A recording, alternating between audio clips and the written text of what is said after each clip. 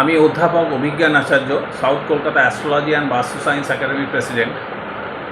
শ্রাবণ মাসে কি করলে আপনি সমস্ত দিক থেকে আর্থিক, মানসিক, শারীরিক এবং পারিবারিক এবং বাস্তু সমস্যা সব কিছু থেকে নিস্তার পাবেন? কেন এমনিতে আমাদের গত 1 বছর ধরে আমরা নানা রকম সমস্যায় জর্জরিত। কারোর টাকার অভাব, কারোর শারীরিক অসুবিধা, কারোর রিলেশনশিপে অভাব, কারোর কর্মক্ষেত্র একদম শেষ হয়ে গেছে বা কর্ম নাশ হয়ে গেছে। এই সমস্ত জিনিস থেকে আপনি মুক্তি পেতে পারেন এই শ্রাবণ মাসের বিভিন্ন টোটকাগুলি যদি করেন, তাহলে আপনারা কিন্তু মুক্তি পাবেন। শ্রাবণ মাস শুক্রবার থেকে শুরু হচ্ছে, পয়লা শ্রাবণ থেকে একদম পুরো শ্রাবণ মাসটা জুড়ে আপনারা যদি করতে পারেন এইগুলো, তাহলে কিন্তু আপনারা বিশেষভাবে উপকৃত হবেন। প্রত্যেক শ্রাবণ মাসের সকালবেলা আপনি একটি বেলপাতা, একটু গঙ্গা জল, একটু দুধ, শ্বেত চন্দন এগুলো নিয়ে শিবের মাথায় দেবেন। ওম নমঃ শিবায় মন্ত্র বলতে বলতে ঢালবেন। একটু মধু, একটু ঘি, এই সবকটি উপকরণ দিয়ে একটু একটু করে শিবের মাথায় ওম নমঃ শিবায় বলে ঢালতে থাকবেন।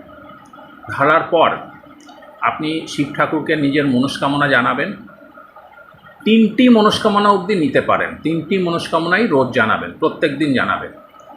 এই সারা মাস ধরে যদি এটা করেন, তাহলে কিন্তু আপনি এই দারিদ্র, দুঃখ বা ধরুন অসুবিধা, যার যেটা সমস্যা তার থেকে বেরিয়ে আসতে পারবেন।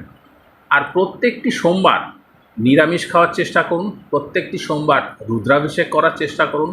আপনি যদি নিজে না রুদ্রাভিষেক করেন, বিভিন্ন শিব মন্দিরে এই সময় বা বিভিন্ন জায়গায় রুদ্রাভিষেক হয়, সেখানে আপনি অংশগ্রহণ করুন। শিবকে মনস্কামনা জানান, আপনার মনের ইচ্ছা তার সামনে তুলে ধরুন এবং শিব ঠাকুরের ভক্তি, মহিমা এগুলো যদি করেন, তাহলে দেখবেন আপনি ধীরে ধীরে এই সমস্যা থেকে মুক্ত হতে পারছেন।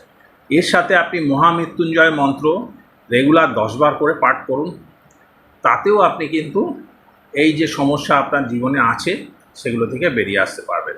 শরীর নিরোগ হবে, লোকের সাথে সম্পর্কের উন্নতি হবে, টাকা পয়সার একটা প্রচুর ফ্লো আসবে এবং সমস্ত দিক থেকে সুখ সমৃদ্ধিতে আপনার জীবন ভরে উঠবে।